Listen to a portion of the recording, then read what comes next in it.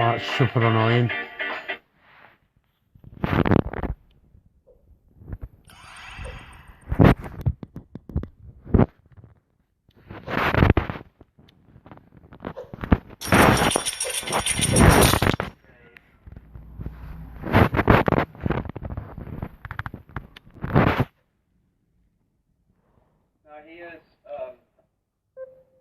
It is warmer than I thought it was going to be today, so I am going to end this video. And we had Hello everyone and welcome back to the channel. I am Fox.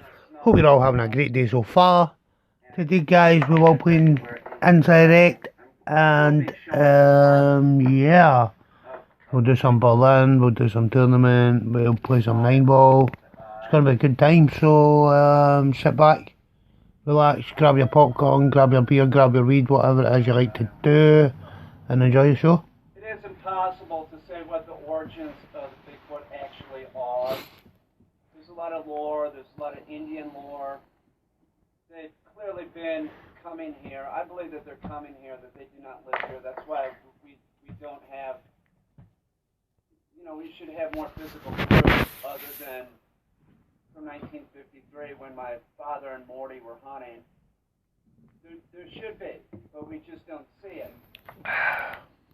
It's absolutely impossible to say what the origins are of the Bigfoot, but they are 100% real, and people are seeing these. And some people seem to see these more than others. Similar to, I know to some people, when I talk about UFOs, they're like, oh, guys, super fan. What that means is it's impossible to say what the exact origins are. Absolutely. We don't know much about this species. It seems that we're never finding their remains. Go, Maria, go! Go, Maria, go! Ecuador! Excuse me. It's hard to say. It's clearly not from this planet. Why my father and Morty... Wow, that video is pretty annoying. Cock-a-doodle-doo! Schmick. Mr. Schmickles. My father... Why my father and Morty were picked, I'm not really sure. I do think about how some people see UFOs and some people don't. I'm going to raise my hand.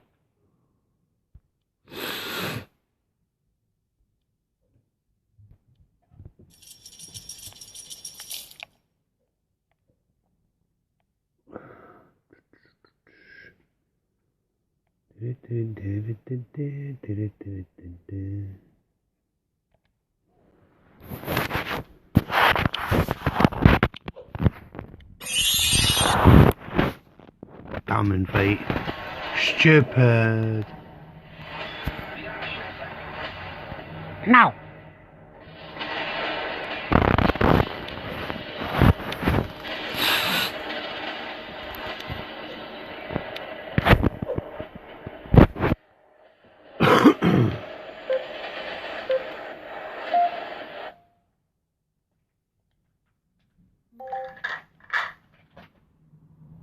In parts of the Pacific Northwest, it is said he lives an ape-like man, larger than okay, let's get this Hong Kong tournament underway and see if we can knock this one out. But is he, or could he, be real?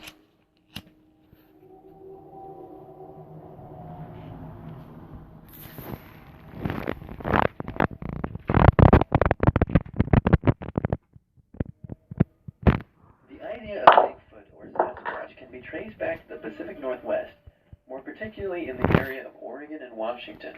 Indigenous tribes that have lived there have centuries of mythology relating to Sasquatches. The word Sasquatch is believed to derive from the Salish tribe word Sasket, meaning hairy man or wild man. Because the people in this region were living on land they had stolen from the native peoples, the lore also made its way into their local legends.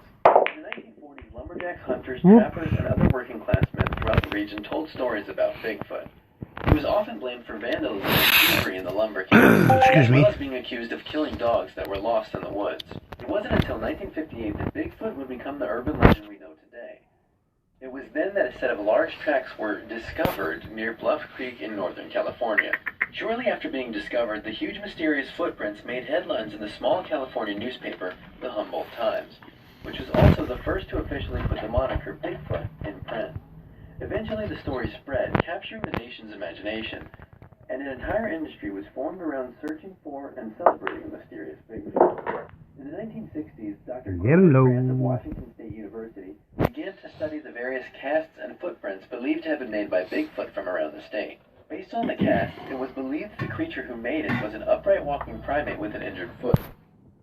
The most famous piece of evidence came in 1967 with the Patterson-Gimlin film, a short home movie depicting a bewildered-looking ape-man who glances at the camera while walking. Patterson was trying to make a documentary about the mysterious creature and claimed to have gone down to the valley around Bluff Creek with a 16mm movie camera after hearing numerous reports of tracks found in the region. Skeptics believe the video to be of a man in a costume, and while the video has never proven to be a hoax, several people have admitted to being the person in the suit. Though some defenders of the video believe the confessors are the ones not telling the truth. On June 5, 2019, the U.S. government released Bigfoot's FBI file, which contained only a few news clippings, as well as a few formal letters exchanged between Peter Byrne, a professional hunter who had been trying to track and find Sasquatches in the 1970s. In 1976, Byrne had asked the FBI to look into a sample of 15 hairs and some skin that he believed came from a Bigfoot. Ultimately, the FBI did test the hairs and concluded that the hairs were, quote, of deer family origin, and sent him the samples back. In 2002, it was revealed that the original Bluff Creek footprints were made by Ray Wallace as a prank on his coworker, using a 16-inch model of a human foot carved from alder wood to leave tracks. Wallace's son, who helped reveal the truth of his father's deception, says he was a prankster, but never malicious. Despite the admission, many people to this day believe that something is in fact out there, but what could that something truly be? While the jury is still out on whether Bigfoot does exist, scientists have confirmed that at one point a Bigfoot-like creature might have existed and gone extinct about 300,000 years ago around modern-day southern China. Gigantopithecus would have been a 10-foot-tall large ape, weighing 400 to 600 pounds. A 2019 study found that it actually shares a common ancestor with orangutans about 10 to 12 million years ago.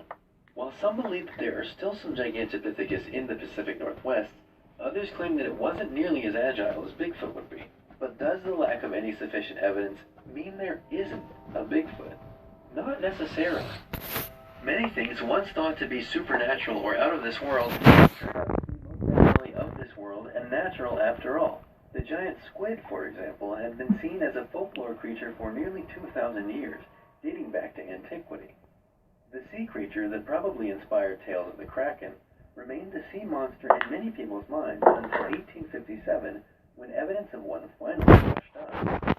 It was then that Danish zoologist Geppettus Steenstrup discovered a beak measuring 3 inches across. Steenstrup combined what he knew of maritime lore with pieces of another specimen that he had been sent to declare, quote, gigantic cephalopods whose existence has on the whole been doubted was the source of a beak this size. And it wasn't even until the 1960s that scientists were able to find a fully intact giant squid. And the giant squid isn't the only example of this happening. There are several animals that were once just local talk or folktale that were later proven to be real, including the Komodo dragon, the okapi, the platypus,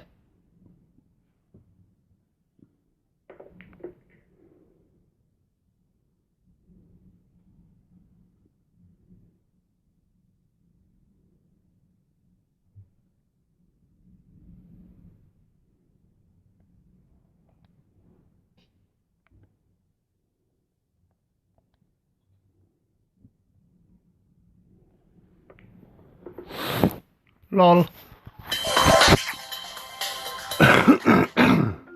This is a Smile Direct Club aligner. It's how Smile Direct Club safely and gently...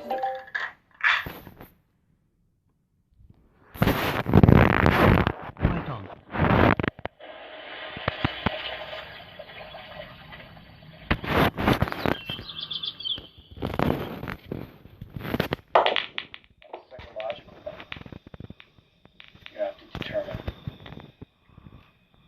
start feeling those feelings, the spine tingling and hair in the back of your neck, because there's something real, it's really affecting you. I mean, we know that feeling. You see, like somebody's looking at me, and then you turn and you see, oh, someone is sitting in the cafeteria, and they're staring at me. That's the feeling. That's the exact same feeling. You have to determine. I should shut up. I just heard it.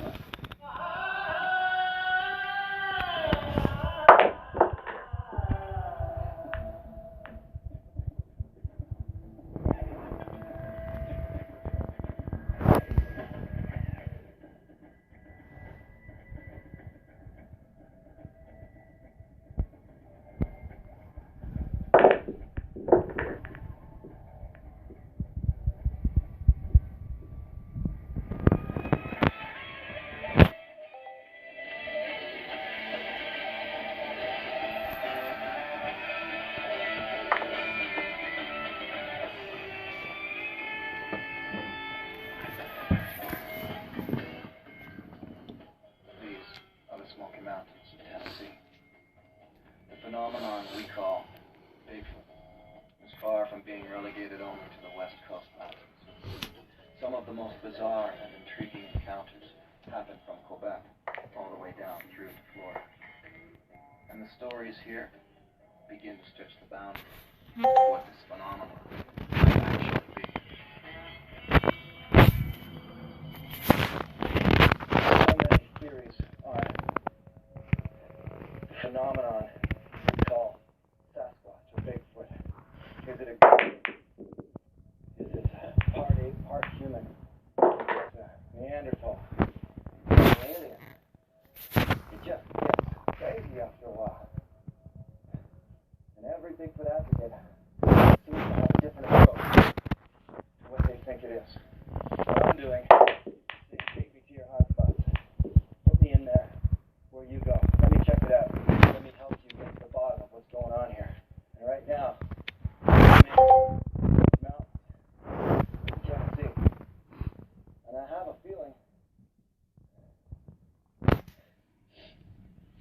this could get weird. This is Scott Carpenter. Fortunately, a level-headed individual who, like so many others, is just out there trying to find explanations for actual experiences he's had.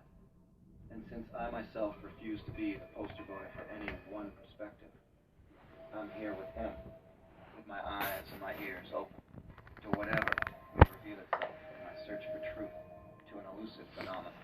Be it ape or alien, something's going on out here. And right now, this no. Oh, I need a place good things for the home. You're standing right here. What time of night? The afternoon.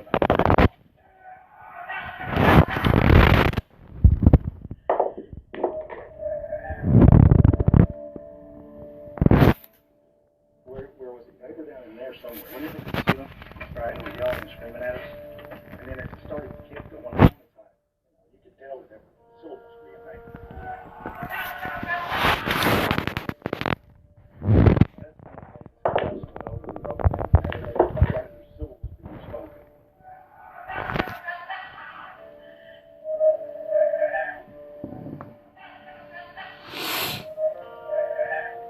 See, we thought it was just one.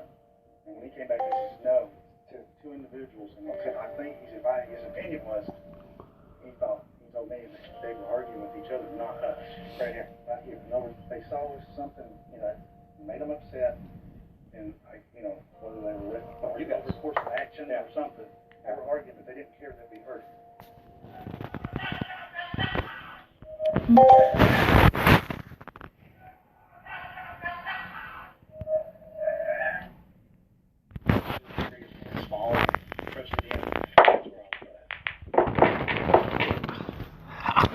Right here on Scott's backwards-facing camera is what he claims to be the face. Of what? No one knows. And Scott is the first one to bring up the term pareidoia, the human phenomenon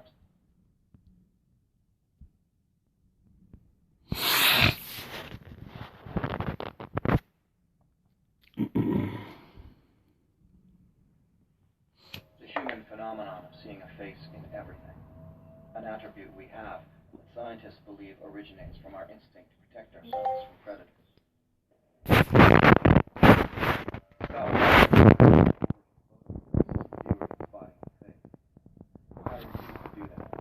I believe it just adds to the power of suggestion too much. He has dozens of images like this one.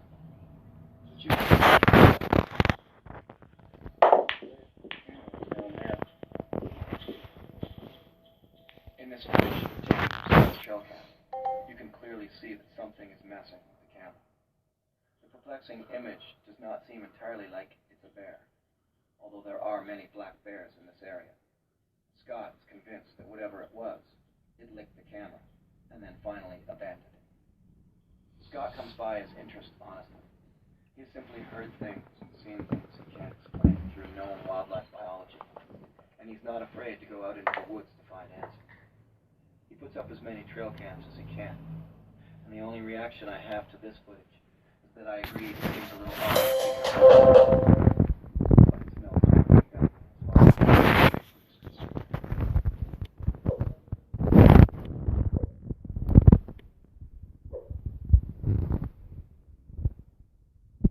They're not mint office. 75 years ago, on the 8th of May 1945, a day like no other was witnessed.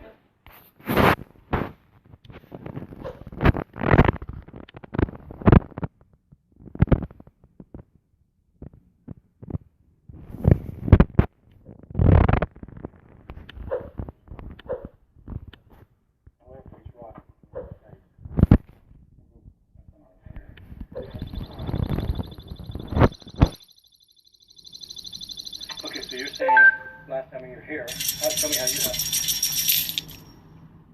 Okay. And that was 3 weeks ago. Now I'm back with you, and they're over like that. Just move, just a little gentle movement. Why don't we do this again? Does that make sense? Yeah. You can add one. We can find another one to add one. Well, here, let's do this.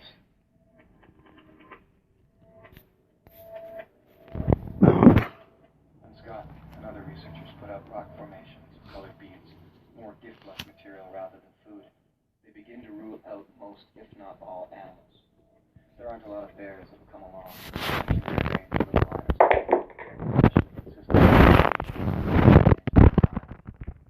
Scott seems to have his most success with this method. This does not rule out human hoaxing, but you got to be out here to get it. Most of these researchers do this kind of experimentation well off the beaten path, where no humans go. Scott has brought a spirituality theory into it that I've never encountered before. You see my electrician stick? I had that in the form of a cross. Show me how you had it set up. This is how it was supposed to have been originally. Can't get it in there. You know.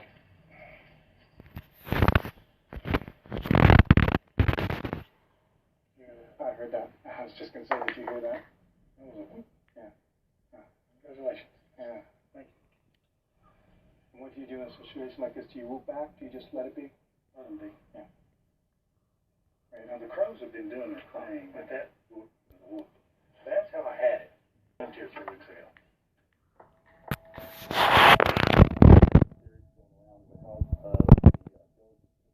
You get into the supernatural side.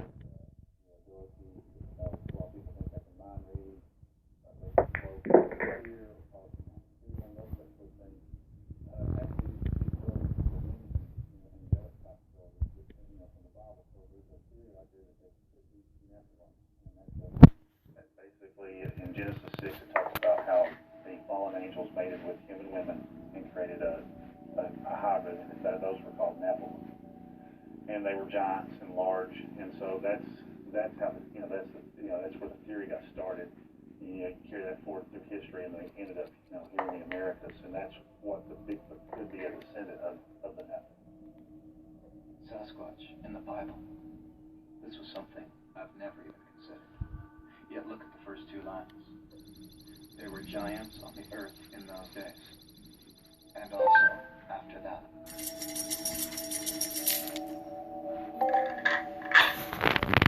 What? That's nonsense, man. So, what you got here is a situation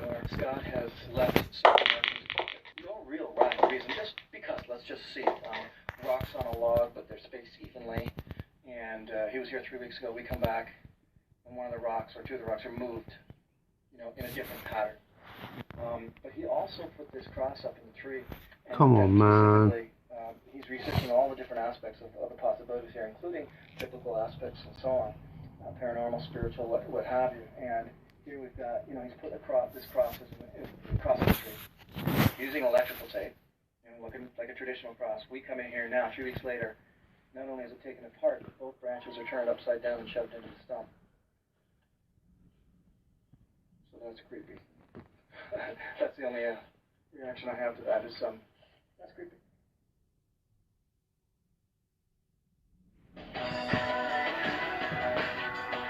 Oh, what, man?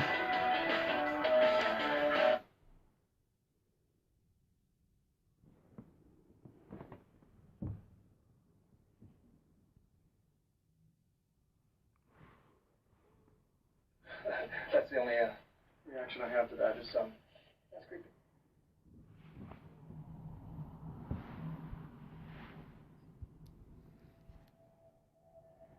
After a few hikes with Scott Carpenter, the Smoky Mountains of Tennessee, I've opted to head out into the trails on my own to see what I can stir up.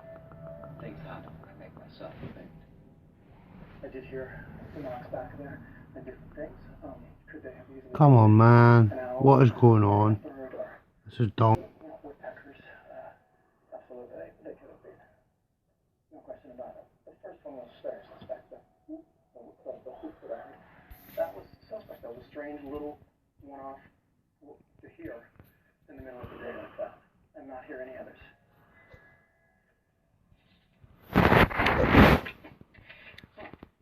That's not a bad little shelter. This would be the spot I'd make my shelter. This is all damp, but get enough material. When it comes to survival in an area like this, well, it's the same thing I find everywhere I go. I mean, survival is ultimately quite possible. There's a lot of large. Alright, so I've let Scott head off without me. I'm going to spend about 15, 20 these interesting things, cloaking into the woods and power and so on. Infrasound. Disabled view, just like apparently lions. And then, you know, carrying on to get into that, even in my own circumstances, with some strange happening associated with me trying to be in Bigfoot territory, and feeling of being sat upon, and hearing them that were covered by stealth cams, and then they disappear on the stealth cam with nothing coming into frame. It's just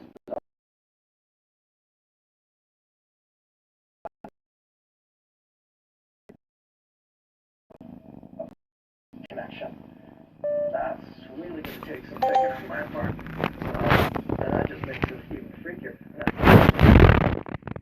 this is what I've heard from people too, is the more you get into research of that much, it just gets weirder. It doesn't get easier and plainer and more obvious and more simple. It's When you're alone in the woods and you hear a scary sound, and the hair stands up on the back of your neck, you stop for a second. it may be more comforting to believe. Close. It's there for a while, and then it's gone. Feels something there. Oh. And it leaves. It's like the energy feels it leaving.